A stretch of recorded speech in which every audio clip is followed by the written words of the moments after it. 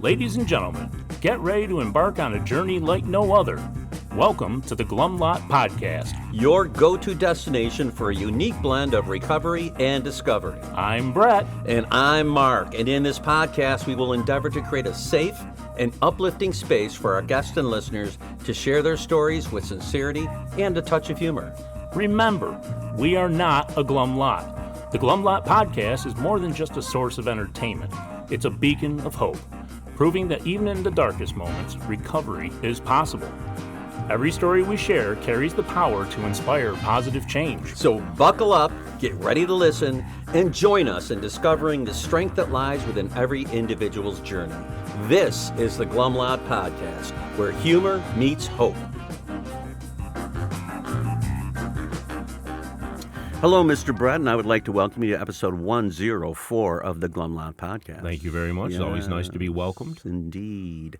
Hey, I wanted to let our listeners know, I just discovered this, but on our podcast platforms, both on Spotify and on Apple podcasts, that we can only have 100 episodes up at a time. So as we eclipse the 100th episode, when we record a new one, the first one drops off, then the second one drops off, then the third one drops off. So I'm going to try and look into that a little bit, just to see if we can preserve those earlier episodes, because, man, holy cow, those are some good ones. Yeah, I also wanted to let people know they can contact us at the Glum Lot Podcast at gmail.com. And please join our Facebook group, the Glum Lot Podcast on Facebook. So with that being said, I read something today that talked about our spiritual growth and how it ebbs and flows and is some days better than others. And that is not unique to alcoholics. It's not unique to people that are trying to pursue this thing.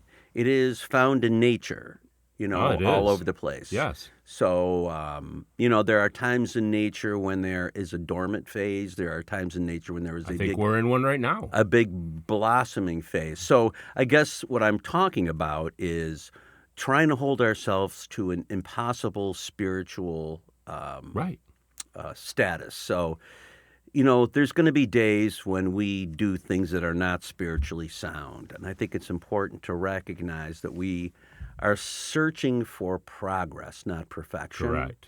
Because it's easy to beat yourself up when you screw up. And you say, I know better. Why did I react? I know better. Why did I play that game? Yeah, and it's know also, what I mean? Yeah, and it's also easy to get stuck in a period of, just, what'd you call it? Like wintertime. What is it? Non-growth. Dormant. Thank stage. you. Yeah, dormant. Yeah.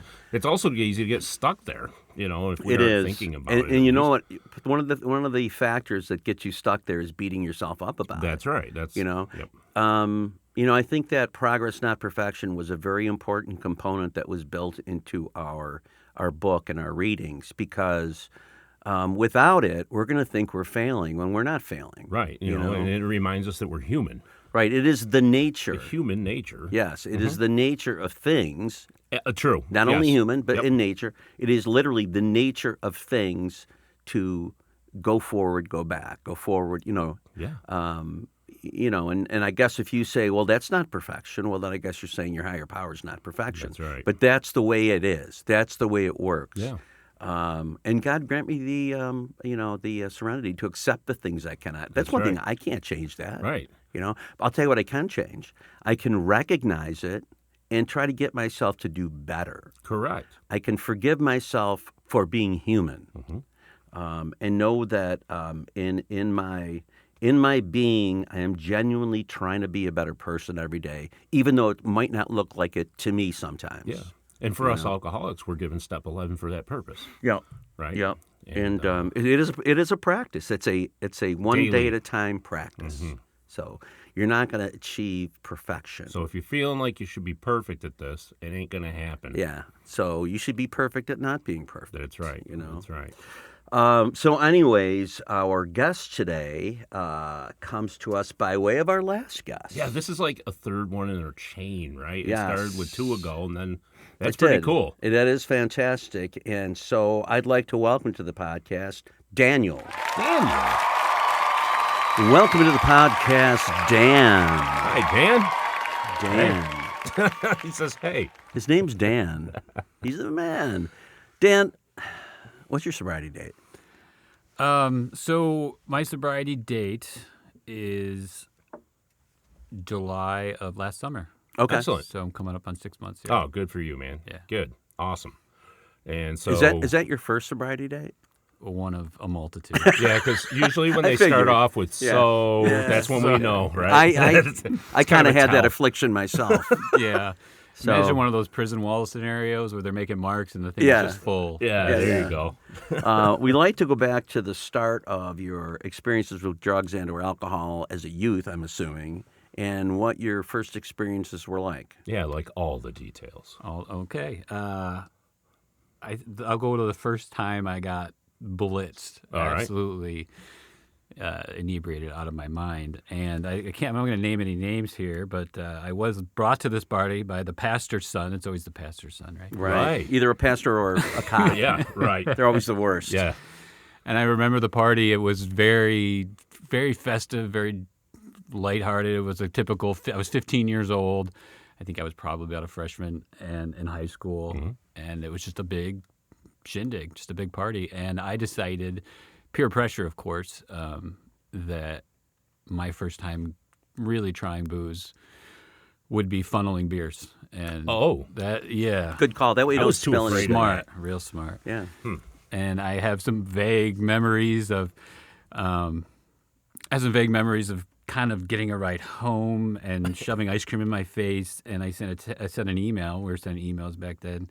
It was all just one letter that ends, or this person replied the next day. It was, but it got better because I remember I was upstairs and it was late and I was trying to be quiet. At your house. My parents' Yeah, house. your parents' house, Yeah, yeah. I didn't want to wake my parents up. So I'm being careful. Well, all of a sudden the light comes on. I'm docking stuff over, and like my mom is standing there, and I am naked, putting my leg through the armhole of a sweater to get ready for bed. Nice. Don't want to be cold. Right. And she asked me, "Have you been drinking?" I'm like, "No." And it was an awkward morning, to say Yeah. the least. Do you remember the feeling? That feeling of getting your buzz? I just. Or even the first time you even tried it, was there a feeling? I want to say that I grew up in a very dry. It was an evangelical home where alcohol just wasn't a part of my existence. I don't really remember my grandfather would drink beer occasionally. I saw my parents drink a couple times. That was the first time I can say I was overwhelmed by the effects of alcohol. Okay. And actually, it was palpable, right? Like it was real. I felt a part of it. You know, I felt like not the I have arrived moment. It was like I'm part of these people now. This is my tribe. Yeah, it you feels know? very natural. Yeah. Felt very natural. Like I had just been assimilated into that. Like now, you know, I no longer am on the outside anymore. Yeah. So that's something you felt as a youth, clearly. Yeah. I mean, I had a really good upbringing. Sure. And I, in terms of some people's high school, in terms of some people coming of age experiences, you know, I was captain of the basketball team. I was on the prom court. I was class couple. So it's like, you know, I wasn't the BMOC per se. Yeah. But something about, I don't know, maybe it was almost more like giving into that peer pressure of drinking, because I didn't know what I was doing, and Sure. I don't know. It was more about being accepted than anything. Yep. Yeah. And so after that first experience, did you say, I want to do that again? Actually, after that first experience, I kind of focused on my girlfriend at the time and basketball and just rollerblading. And you know, these are the 90s, we rollerbladed, right? And That was so fun. those was amazing. Yeah. I should come back, bring it back. And I didn't really get into alcohol again until I went to college. Okay. So So throughout high school, it's not like you become this raging alcoholic No. drug user. Any weed, any other experimentations with drugs? Yeah, weed. Oh. Oh, I forgot about that. Yeah. I actually had a really bad experience with marijuana when I was around that age, around 15. No, I was like 12, like junior high school. I went through a real rebellious phase around 12. I was hanging out with the wrong kids, right? It wasn't me. It was here. I was just holding it. Yeah. I was just holding it. But we used to steal cigarettes and tobacco. We used to walk into the store and I had this big Syracuse coat and I used to go buy, I think it was a roll of Kodiak, and I would shove it up my arm and walk out with a roll of Kodiak. We'd smoke cigarettes in the bushes. And, well, they used to keep that stuff on the counters then, too. Well, you just got to distract the attendant, right? You talk to I them. may have done the same thing. That's why I'm saying. But, allegedly, I guess. Yes, right. And so I did get into like tobacco pretty heavily, and then marijuana. I had a friend whose brother was always hooking up with marijuana, and for a while it was great. It was just laughter until your belly hurt. You have those blackout moments. You'd wake up, but yeah. And then one time, and then I had this. I don't know. They say you can lace it with things. I had a really bad experience with marijuana where my entire world just started collapsing in on itself into like a dark black hole. It was like I thought I was going to die. I'm telling people, they're all laughing at me. I'm on the floor. Yeah. I'm like, I'm going to die. Call my mom, tell my girlfriend I'm dying. This is it. Well, it can bring on some pretty good anxiety. Yeah. Who knows? Who knows? It was a massive panic attack. Did you kind of stop after that? Yeah. Yeah. Scared the shit out of you. It scared the living bejesus out of me. And I've tried it a handful of times since then. I have the same reaction. We don't get along. Yeah. Well, that's understandable. I have the same experience with it. I loved being high when I was drinking, but if I didn't have that cushion of alcohol, I experienced what you experienced. It just fucking anxiety attack, that was all-consuming. So you're in college. What happens? You reignite your alcohol use? Again, a whole new group of people, right? New people. I was a townie, so okay. I lived with a bunch of people from high school. Oh, nice. And nice. There was a bar. I won't name names again. There was a bar around the corner from where we lived, and they didn't necessarily know that we were not old enough to drink. So we would go there just about every night, I want to say, and we would drinking pictures, $2 pictures of Milwaukee's best. Yum. Smoke filling the air, Piano Man on the jukebox, The Devil Went Down to Georgia, all the classics, and playing pool. I was in a pool league in college, and it's just a drinking league, and it's a frickin' miracle that I ever got a diploma, that I ever got a bachelor's degree. So, but really, for people going to college, not that abnormal, no, right? No, we all drank. So at the time, you're thinking, this is what people do. And it was fun. It was a blast. And it wasn't, as I learned later on in life, the progression of alcoholism. There was no hair of the dog. I missed classes, but everybody missed classes. There was no 3 or 4 day benders. Well, there was one binge when I had written off school and it was finals week, and my roommate and we got a keg and we just went on a binge. And I think my GPA was .07 that semester. I was put on academic suspension for sure, but I pulled out of the tailspin and somehow managed to get a degree. But there was no DUI, there was no arrest. I think I might have had my fake ID confiscated once, but just standard issue drinking too much college type stuff. Yeah. So what happens after college? So after college, this is around 2002, I get an email from my now ex-wife, current ex-girlfriend. I hadn't talked to her in 3 years. We broke up junior year. And she sends me an email out of the blue. She says, oh, by the way, the guy that I left you for was a real douchebag, and I've been thinking about you, and do you want to come to Alaska? And Hell yeah, I want to come to Alaska. Like to live? Yeah. Oh. She was in the military. Okay. She was stationed in Anchorage, and I'm like, yeah. And I packed up my car and I drove from Syracuse to Alaska. Oh, wow. What Your a parents trip. must have been thrilled. Oh, they were devastated. They told me after the fact, they go, we never thought she was right for you. And I'm like, why didn't you just tell me that before I listened? You wouldn't have listened. I wouldn't have listened. Not at all. You want to go more. Yeah, right. My parents don't think this is right. I'm going for sure. Yeah. So you get up to Alaska. I get up to Alaska, and at that point in my life, I got really involved in Christianity, the evangelical church, and this was right around 22 years old.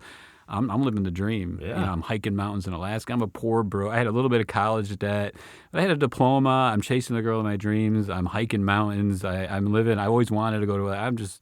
This is like peak existence right here. Yeah. And alcohol, drugs, they just weren't really a part of my existence. They weren't appealing. Funny how that works. Yeah. When you were in that stage, right? You know. Right. Yeah, it's funny. So, did you get married? Yeah, I got up there in August. We got married in December. Wonderful. Wonderful. Chapel. Are you living on base or no? We lived on base our second time in Alaska. We went back. Oh. Yeah. Okay. And so, what is your degree on? IT. Okay. Did you have any work in IT up there? Or? You know, when I got to Alaska, it was poor time. Well, it was poor timing for anybody who just had an IT degree because this was like 2002. Yeah. So the .com had just burst. Netscape, Petstock, you remember all that stuff. Yep. You're old enough. Remember when the we're old stock enough. Yahoo, the stock market tanked. And so the market was flooded with IT people that had experience. And before, when I started my degree in the late 90s, they're like, all you need is a degree and we'll just pay you. Yeah, right. And so now the whole thing shifted and I couldn't find a job to save my life. And Alaska is not necessarily known for a beacon of IT. Yeah. Yeah. So I started out as a temp. I did a lot of temp work. And I started out as a temp dock worker in a hospital. And I was just unloading FedEx trucks, UPS trucks, hospital supplies, saline bags.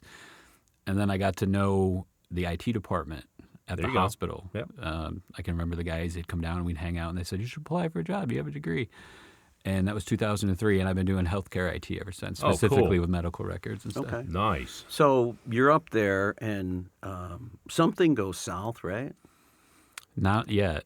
Okay. Oh, okay. It does. And after 3 years, now we're talking 2005, our first tour at Elmendorf was up.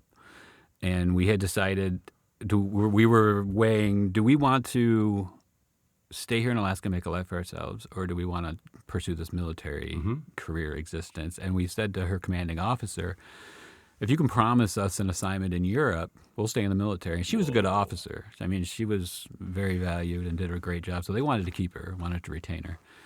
And they said, okay. And they said, well, you want to go to Germany? Oh, yeah. And I'm like, okay, let's go to Germany. You said, yeah. Yeah. Deutschland. Ja, gern. Bitte ein Bit. East Liberty or something. You love me? You love it? Ah, okay. I just want to. So you go to Germany. Go to Germany. How was it? Oh, it was fantastic. I mean, traveling, we would just go to, every Thanksgiving we would just drive to Italy, spend a week in Italy. I've been to every European country. And that was, what do they say? Something about you never know the good times. Right. Yeah. That was peak. I want to say Alaska, early Alaska, and then Germany. That 2002 to 2005. I had 3 good years. Nice. Well, there's a reason. But again, there's not a reason. drinking, not going crazy during this time, right? No. There was a few, like maybe New Year's Eve, or I remember a wine festival in Germany where they were giving you pint glasses of wine. I got pretty schnockered, but so yeah, 2003 to 7, like 4 years. It was like that is. Oh, you were living a pretty fulfilled life. Very. Yeah. But there's a reason you're on the podcast. There is a reason. What is that reason? Yeah, enough about this nice stuff. Yeah. we all had good times until we didn't. Yeah. I will start with this as we descend. In 2007, my ex-wife, she got deployed to Iraq during the troop surge. Your international people may not know, but it was they were sending all sorts of people over to Iraq. And I crumbled as a human being. Holy cow, right. It was for various reasons, her safety, other reasons. I've done a lot of talking to counselors and processing that time in my life, and my entire identity as a man, as a human, was in that relationship, and the prospect of it ending, the whole life, everything. It was too much for me to bear psychologically. I became non-functional. I couldn't drink, I couldn't eat, I couldn't sleep, couldn't work. And then I went on mental health medications for the first time, which, it's crisis med, right? And then after that, we went back to Alaska, but that fracture, that fissure never healed, never repaired. And when we got to Alaska the second time, we're talking 2008-ish, we joined a wine club. And it wasn't long before we were both drinking a glass of wine. I'm drinking 2, she's drinking 1. I'm drinking 3, she's drinking 1. It was a quick descent. Now, looking back on that time as you remember it, do you feel like you were drinking for effect? I was drinking to Not exist. I was blacking out every single night. Okay, I was so binging. that's what I mean by drinking Yeah. for effect. Yeah, You to weren't get necessarily something out of drinking it. because the wine tasted so good. You were drinking because the buzz made you drink more. Right. Yeah. Yeah. I was not happy with my existence. I could probably tell that the marriage wasn't long for the world, and I had that fissure, that break in me, and I was just Trauma. I was medicating myself. Yeah. You know. Yeah, And I was think we all blacking- medicate ourselves, really, when you come right Yeah. down to it. I think it's what it's all about. But you this know? one seems like it was, was like you said. targeted. Yeah. Right. So how long was it before things really started falling apart? So this was 2009-ish, and then we went to California. She was stationed in Monterey Postgraduate Academy. We were living in beautiful Monterey on the beach in California. goodness. Yeah, I was working up in a Bay Area. I was doing IT consulting up there, but my drinking was. I at this point I'm trying to hide it from her. Every single night I am getting blackout. I'm gaining weight. I'm getting bloated. My health is starting. It's just escalating out of control. No, are you at the time? Are you a bar drinker? Are you a lone drinker? 100% by myself. Yeah, all the time. at home, hiding it. I will. Yeah. Well, she had enough of it, and I was doing consulting, and I was gone Sunday through Thursday up to the Bay Area, and I was in a hotel room blacking out every single night, pretending I wasn't. Yeah. And then when I would come back to Monterey, we would pass on Thursday nights, and she would go away all weekend with her friends. So you were kind of on your own. Pretty much. Yeah. Yeah. And getting shit-faced every night. Every night. At any of the point along the way during that part of your life, did you think, this is a fucking problem? I got to... No. Not at that point. It still seemed okay? I thought I could manage. To be honest with you, I think it talks in the big book. I think it's Dr. Bob's story where he says, I found the great panacea, the cure to all human Correct. ills. Yep. I'm like, this is great. I was making a lot of money, and if I'm not working outside, I don't have to exist. It's just fantastic. I'll just accumulate a lot of money, and I didn't know about the progression of alcohol. I didn't know how bad I had the writing. Well, the writing might on the wall for you guys. You might have been able to see it, but I couldn't see it. No, I couldn't see it either. So this is interesting because at this point you said you were only passing ways, right? Like on a Thursday night. And so this time you're okay with being alone? I had alcohol. I mean, I Right. didn't have Before, to deal with it. being alone sent you down, but now you're okay with it. Now I had an escape hatch. Right. Yeah. And you had talk you about, had a relationship again. I did. You Yeah. talk about the progression of the disease. How does yours progress? So eventually, I would say the first, the threshold moment, I don't know if you want to call it that, was I had a roommate in California. This is 2014. My ex had already told me, she'd said, I want a divorce, and I knew she was going to change her mind, so I'm not going to battle it. So already, this is, the 2012, I wanted a divorce. And I had a roommate at the time, and she was from Oakland, and I talked her into getting me. I decided I wanted to go off mental health medications, and so I thought, maybe I can. But I'm having a lot of anxiety. Maybe I'll get some Xanax, some benzodiazepines. And so she had some connections up in Oakland, and she comes back with this big script of Xanax, and that was my first job loss. I teleported into another dimension. I was doing bourbon and Xanax for a couple weeks. I decided It'll get I you didn't. there. Yeah, I didn't show up to work. You just didn't leave home? Didn't leave my company was paying for me to live in a hotel, so I didn't leave the hotel. My parents, that was their first welfare check. The police show up, I lost my job, and that was the beginning of, yeah. Inside your world, did you feel like shit is getting really dark at that point? I don't think so, because I would like to think that by the time I can say in my own experience, this is dark, this needs to end, I knew that I was ready. I was ready to quit. The obsession is gone, right? At that point, I haven't written it off yet. They're just overreacting a little bit. Nobody really addressed it. Like, no one was like, "You're an alcoholic. You need help." My parents just, after that, 2014, I went back. I stayed with my parents for a little while, and then I got a job in New Hampshire, and I kept on drinking every single night. It's just me by myself in my apartment drinking. And 2015 was my first DUI in New Hampshire. Well, my first arrest. That's pretty unlucky. New Hampshire's not a whole lot going on up there. No. Well, I mean, when you're on Klonopin and vodka. Oh, you're getting attention. Yeah. You're getting attention. I came barreling out of my apartment, crashed into the dumpster. I go up on the curb at the gas station to get cigarettes. I'm trying to convince this person I want Camel Blue. They're looking at me like I have a mental disorder. I can't even say Camel Blue.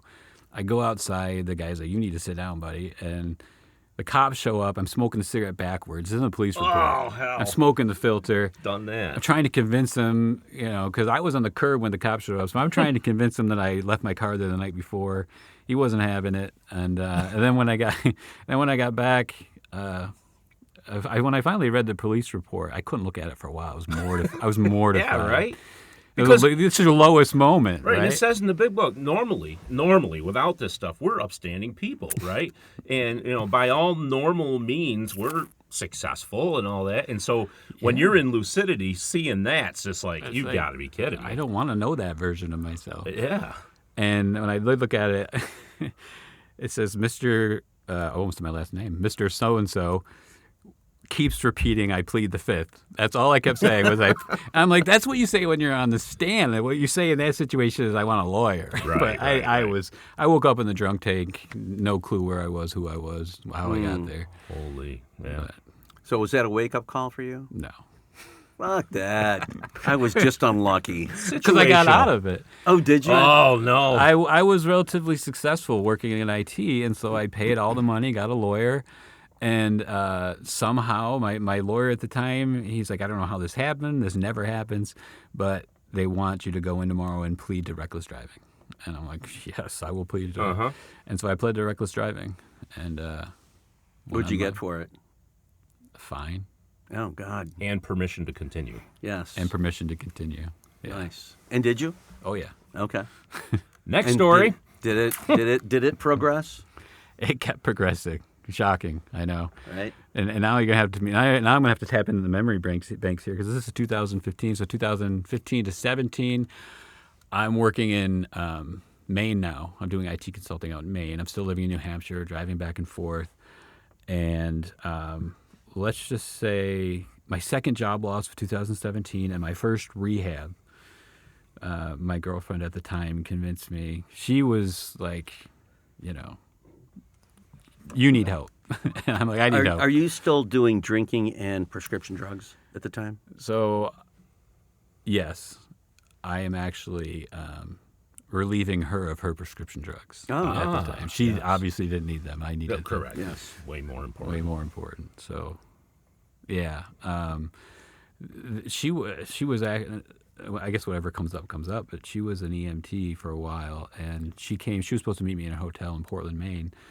And I would take in a whole bunch of temazepam, it's a benzo, and I was a whole bunch of vodka. And she said my respirations were like 4 a minute. She's like, Yikes. "Yeah, I was." I mean, in a way, it's a slow suicide, right? Like, Yeah, it substance is. abuse, Absolutely. right? So did she convince you to go to rehab? Yeah. Yeah, my first it was called The Clearing. She had done all this research to find Clearing. The Clearing. She had found this great. Every rehab says, yes. Our percentages, Utopia. 80%, 90%, and Failure. It's like colleges and job placement. It's the same thing. We place everyone. Yes, Don't worry yes. about it. right, yeah, you're guaranteed.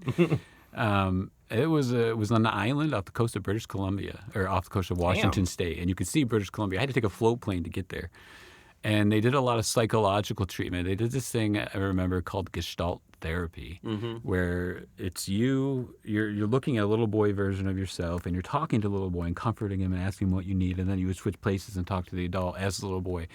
And there were some people having real breakthrough moments there. And for me, and I look back on that time, and then again, I'm not trying to tell anyone, this is just my own anecdotal experience. I think the antidepressants that I was on kind of stifled me emotionally.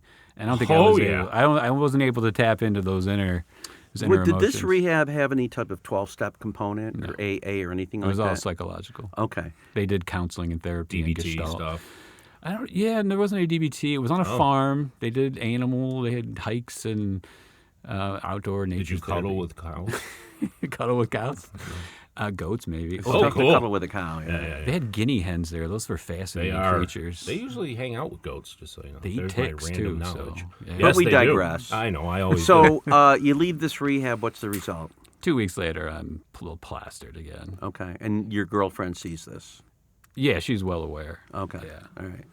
What happens from there? What are we talking now? I like how he's got it all down to the years. You're very chronological. You're very I can't IT. do that. I'm like, I how? can't keep track of any dates. That's crazy. Yeah. People So, like, now we're talking my second DUI, which is 2017. I get back from rehab. I get a job in Cooperstown. I'm working for a healthcare company down there, healthcare organization. And I go to the doctor, and it's this young, maybe naive doctor, and I convince him that I just moved there and I had a script of Xanax. And anyways, I convinced him to give me some Xanax. I go to CVS. I remember this. I get the bottle. There must have been, 40 milligrams. It was brimming. It was overflowing. And I was like Christmas morning.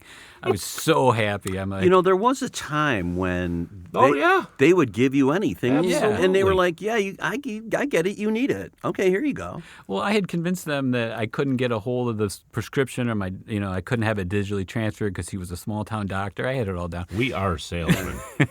Yeah. So you get your Xanax. You immediately go back to banging Xanax and booze together.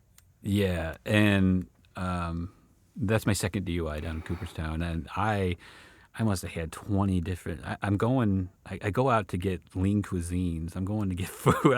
You're healthy. Huh? I go on these benders, these binges that last weeks, and I just deteriorate, like physically, mentally, spiritually. And anyways, I go out. The cop sees me blow through a stop sign. He follows me. I go up through someone's lawn, through their bushes.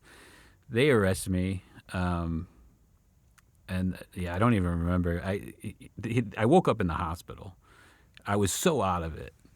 Not the drunk tank, not my house. This cop didn't know what to do with me. You need medical attention. I'm out of it. I'm just a zombie of a human. So I wake up. Of course, the first thing I do is I rip my IV out. I walk across the street and start drinking again, right? Like, I'm not going to blood trail leaving from the hospital.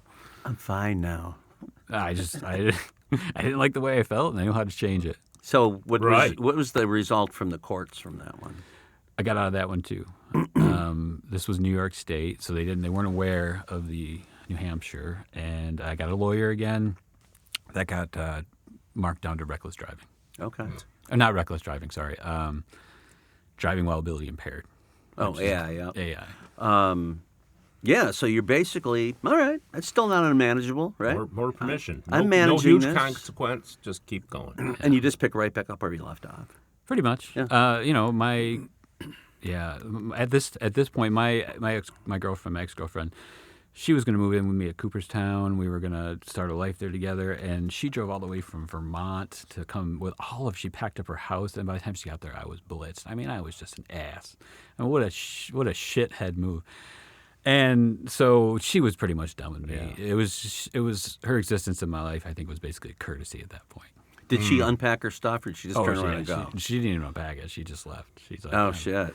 Yeah, she went back. So and where do things go from there?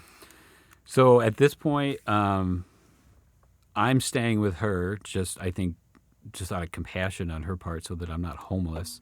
So I'm staying with her. This is like 2018, 19 in Vermont. And I'm staying with her, and she goes to help her father. Her father's dying of cancer, so she goes down to Florida. She leaves me in her house. I drink. I go on a bender. I go on a binge, and when she comes back, she throws me out. So I'm basically homeless at this point. I have a little bit of money in the bank, so I'm in a hotel. These hotels. These hotels and these lawyers, they keep it going, don't they? I got kicked out of the hotel. Oh.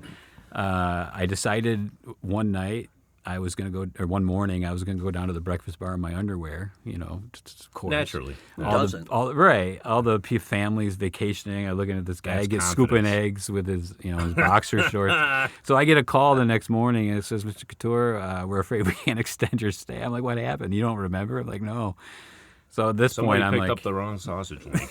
oh boy. None of those charges out there. Okay, good. So you got booted, and then where'd you go? At this point, I'm like, do I want to go to another hotel and just perpetuate this cycle? I went to rehab again.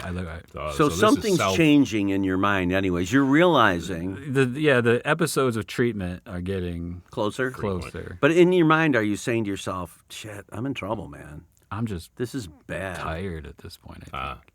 Just sick of it. Just sick of it. So you go to another rehab. Yeah. Yeah. I went to one, good. Granite Recovery in New Hampshire. Is this a 12-step? Very 12 step. Okay. It was my first AA meeting was 2011, but I was in and out of the program. How'd you get into that?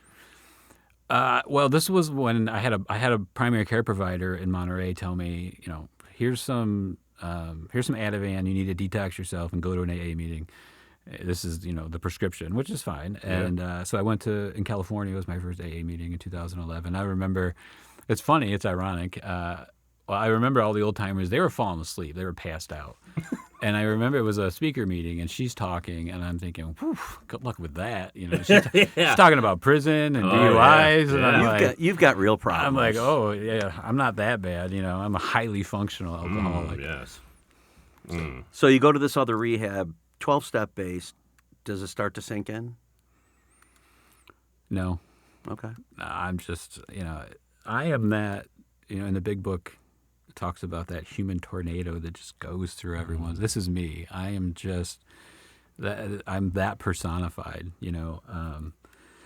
and that's the first time I really worked the 12 steps. And I go, after that rehab, I went to a sober living house in New Hampshire, and it was a pretty cool time because I lived with a bunch of guys who were trying to get sober, wanted to get well. I have some friends of mine that are still in my life to this day, and I actually kind of became a mentor to some guys. I had a lot of skills like resume building and interviewing, and you could help people. I was helping get guys restarted. Right, I was helping them make resumes, and also I listened to a lot of Footsteps back then too, which was humbling, and I cherished that experience. Right, the guys would confide in me like that because that was kind of the model. You would be expected by the time you left treatment to have your 4th step done and to either have your 5th step done or be ready to do it, and you would share it with somebody who's another guy that you look up to. So that's cool. So at this point in your life, are you feeling like I'm sober and this is what I need? I'm just lost, man. I don't know. You're just going day to day. I'm just going with the wind, man. I don't. Okay. But you were feeling something when you were doing these 5th steps. Yeah, right? I recognize There's some that it was going on. I don't want to say it's something to be revered or like a holy experience. I recognize it was a unique and special experience to be a part of. Yeah. Huh. Where did things go from there? Well, I went back to. All right. I don't know how much time you guys got.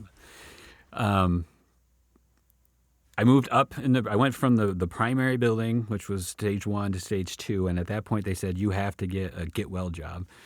And so I love airplanes. I went to Manchester Airport, and I was one of those ramp guys, Nice. I was flagging airplanes. Nice. Yeah, it was amazing. Yeah. Of course, it started at 3 o'clock in the morning, but whatever. Well, hey, That'll get you well. But I loved it. It was so much extra. I'm walking like 12 miles a day. I'm loading 100-pound bags. And then I moved to another sober living place, and something snapped in me. I'm like, I need to drink again. I want to drink again. I want to burn it all down. And What was it? I don't know. You have no clue? I don't. Then I went and I got I think it was alcoholism. Or the people you were living with. I saw some crazy things, man. I saw some guys hopped up on dope, and I saw a guy have a seizure in there, and alcohol withdrawal. But something got in. I cooped up, or I don't know what it was, but I moved out. Peculiar mental twist. I moved out in 2019. And I moved in a real crappy apartment, and I just started drinking myself to death again. For a long time, my goal was to pull a Nicolas Cage leaving Las Vegas and just drink myself. That was what I wanted out of my life, was to die an alcoholic death. It was So easier. that taste of recovery you had really wasn't doing it for you, huh? Well, it was unknown, probably. It was nothing that I was ready to incorporate into my life. Okay. It was a transient thing. It was, a check a box, I think, at that point. You weren't done. Oh, no. So your disease progresses, I'm guessing, right? Gets Yeah. worse. So let's get to the part where it got real bad, because I have a feeling you got some good recovery story here, too. Yeah. So yeah, definitely. where did it just nail you to the cross? So I want to say back in 2023, sometime in 23, 24, I can't pin down exactly when. I had worked the steps with a sponsor in 23. I had some experience. I had a spiritual awakening. It's the only way I can describe it, as part of pursuing recovery, pursuing a higher power. And I really haven't been the same since. And the mental obsession, and I had some blips along the way, Yep. but the mental obsession is no longer a part of me. Like, it's a miracle. Anybody who would hear my story would be like, this guy's a freaking miracle. The worst it got, I'm sorry, you can hear that when I... That's all right. He keeps banging on the table. Stop it. It's like a Mussolini over here. Oh, boy. Fascist over here. The worst it got was, so in 23, in November of 23, I had worked the steps, and I was getting a lot of drugs online. I was drinking a lot, and I overdosed on multiple sedatives. And I almost drowned in my own apartment. So at some point in the night, I had gone to get a drink out of the sink, and the sink was plugged. And I had collapsed face down. And the only reason why they found me was because there was offices underneath my apartment, and water kept streaming down. And I was like, what's going on? Call the building manager. So they came up. I'm face down in a coma, basically. And they called my parents, and they said, you need to come to the hospital. We don't know if your son's going to wake up. They Narcaned me. I wasn't doing any opiates. And that's not even the worst it got. The worst it got was I went to a rehab. That was December. I went to a rehab in January, a faith-based rehab. And I decided to leave early with some people I shouldn't have left early with. We were going to go to Carrier Circle, get a hotel, go on one last binge. Yeah. And I went to my parents' house. I had a whole bunch of benzodiazepines, sedatives, liquid. I had enough to tranquilize an elephant, at least a family of elephants. And they actually, they kept feeding me benzos, and they were like financially extorting me. They were taking my credit card. They were These people? These people. Yeah, Oh, yeah. shit. That happened to a guy I was sponsoring. Yeah. They rented a car in my name. They put like a face mask on and COVID mask and rented a car in my name. I got all these charges. And the only reason that I came out of that was I wake up and they're like, you need to drink. I'm about to go through alcohol seizures, withdrawal seizures. Right. And so they're like, they called an ambulance. I don't think they wanted a body on their hand.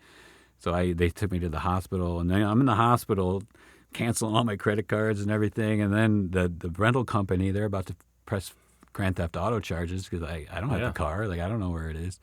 That's as bad as it got. That's a whole bunch of unmanageability right there. That's peak Holy unmanageability. shit. The thing that I find interesting, too, is you said I was working the steps Yeah. and you were using at the same time, right? Well, the steps, I mainly worked. I was sober. I would get 6 to 8 month stretches of sobriety. Yeah. Okay. And so from, I'd say early 23 to November of 20, I was sober through that period. I wasn't, it was all or nothing for me. Like, many times I'd work with a sponsor and I'd work the steps, and then something inside of me, whatever that angst, that alcoholism, whatever you want to call it, it overwhelmed me, and I gave into it. And it's almost like there was this self-destructive part, the self-loathing, self-destruction, wanted to just burn everything to the ground. And I don't know. I've done a lot of work with therapy and psychologists, sponsors, and thankfully that's not there anymore. So that was lifted. It was. Yeah, that's the real miracle. It is. Because for a person like you, that's impossible. Right. Yeah. Oh, And no. It's then it 100%. happens. So there is, I worked the steps again last year.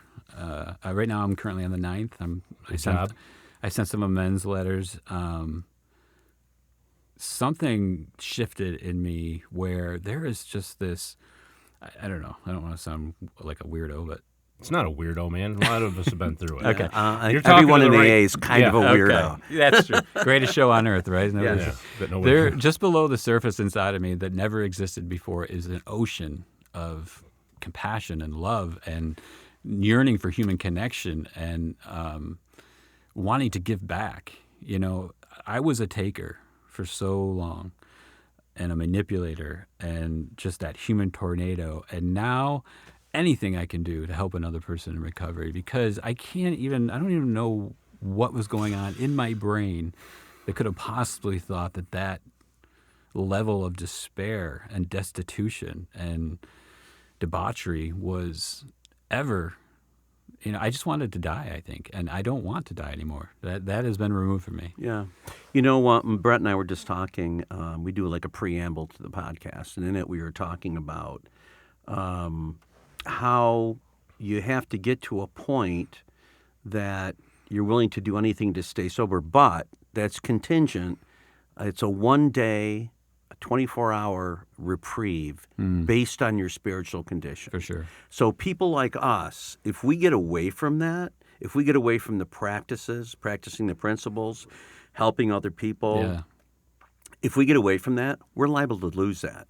Because For the sure. old you, it hasn't gone anywhere. For sure. You got a daily reprieve. Can't ride on the laurels of my spiritual awakening forever. You have to nourish it. Right. It's like anything. You got to feed it. Yeah. And service work is huge for me. Even I have a friend who just went into rehab, and before he went into rehab, he went into the hospital for detox from alcohol. And I have this huge soft spot inside of me. So I want to know if anybody is ever in the hospital for anything, tell me. I've actually talked with people about maybe getting the peer certification and being able to go and meet people in those crisis moments. But so I went and saw him, and then he was in rehab, and I know what it's like to be rehab, not having any guests or visitors. 'Cause I'm in New Hampshire, and so I'm sending him letters, and just I go up to Tully Hill. I know these guys don't know what that is, but not everybody knows that. It's a local rehab. I We go to a both local.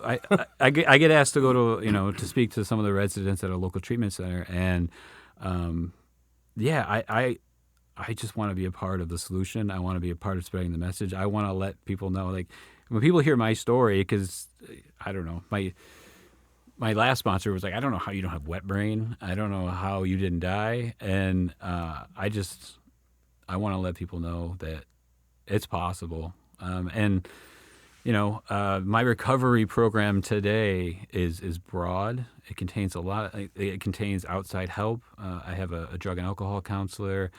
I have a therapist. I have a spiritual healer. I do all sorts of different modalities. I go to I do breath work. I go to men's groups. And AA, of course. The AA fellowship has been the absolute underpinning of my entire sobriety. I mean, there's nothing in the world, I think what they called the altruistic movement of AA, there's nothing in the world that compares. Where else in the world can you go walk into a room broken and just have people love on you and just want, and it's all my genuine. friends are in AA, all my friends are in recovery. I wouldn't have it any other way. And today, if I get overwhelmed with panic or anxiety or emotions that I want to shut down, I call someone and I talk to someone. I have a short list of people in my Rolodex. Well, Rolodex, and I don't even know what that is. But You must mean in your contacts in my your phone. contacts, yeah. That are almost guaranteed to answer on a regular basis, and it's so different today. Right now, what I'm hearing in a lot of your messages, I can't do this alone. I can't. don't want to. I don't want to. I don't want to do it alone. You can't. I want everybody to be a part of my recovery, and I have to be part of someone else's recovery. My higher power is human connection, and I've struggled a lot with the spirituality. I kind of am pseudo-atheist. I won't get into that, but human connection and that is how I get my battery charge. And so, like, I will consult with people that I trust, and I realize one of the things I realize is really bad for me is if I start isolating, and I know I need a regular connection with people in recovery, with AA meetings. I know I need to go to a meeting 20 minutes before to connect with people I haven't seen. I know I need to stay 20 minutes after. And I can tell immediately after those scenarios, I feel recharged. I feel invigorated. It's your true soul, man. It is, yeah, That's for sure. that was what was revealed to you. Yeah. And I'm glad you shared that, because that you are me, 100%, right? You're an empath. Yeah, 100%, yeah. right? You feel everything, but, and I'm glad I encourage you to keep chasing that, right? Because the differences, right, that you can make in that role, it's unbelievable. But, it's just interesting. I think every one of us has, what'd you call it, your spring or something like that you said that came out. I don't remember what it was. But that pure part in each one of us, I truly think there is one. It's just the experiences we've had. Right, and I think in order to maintain that, when you talked about is connection. Yeah, huge. It's everything. And if you isolate and you disconnect, it's going to disappear. I can feel my soul wither. Right, and what's left? What's left? Yeah, what's left? Nothing good. Alcohol. Alcohol and drugs is what's left. And so there's your destiny. Oh, yeah, absolutely. I am discovering on this for the first time. I'm discovering my purpose of, being a helper, being a servant. I say that too. I'm like, you know what? I owned a business. I have a great family and everything. My life's work is recovery. Exactly. It really is. It's my new identity. 100%. I had, when we come out of the depths of despair, we have to create a new identity. My old identity in that marriage was shattered, and now my major part, a pillar of who I am, is recovery. And in recovery and giving back and helping and doing volunteer work and just, showing up wherever I can to spread the message. Awesome. Well, I want to thank you, Dan, for coming on. A great tale of redemption and recovery. And that's what we're all moved. about. Yeah. So until next time on the Glum Lot Podcast, I'm Mark. I'm Brett. I'm Dan.